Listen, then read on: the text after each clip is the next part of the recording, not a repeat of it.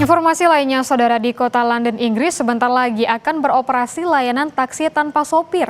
Taksi ini akan menjadi pilihan baru yang lebih canggih bagi masyarakat bersamaan dengan layanan transportasi konvensional lainnya.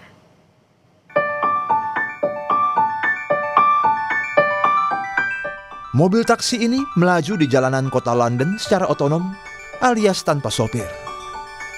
Kendaraan ini merupakan produk layanan transportasi publik dari perusahaan bernama Waymo.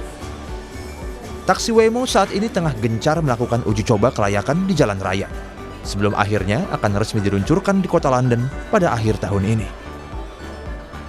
Perusahaan asal Amerika Serikat ini telah mengumpulkan data berkendara dari 19 wilayah di kota London untuk mempelajari kebiasaan dan tantangan berkendara yang unik di jalanan Inggris.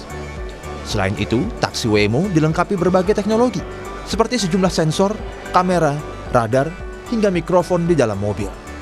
Semuanya bekerja sama untuk keselamatan penumpang dan juga pengendara lainnya. So there are 4 different types of sensors on the Waymo vehicle.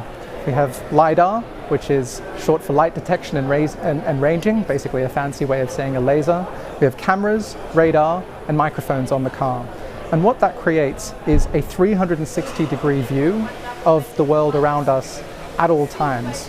We can see in the dark, we can see in ways that human beings cannot see. And that is directly relevant to the safety performance that we are able to demonstrate in the communities where we're already deployed.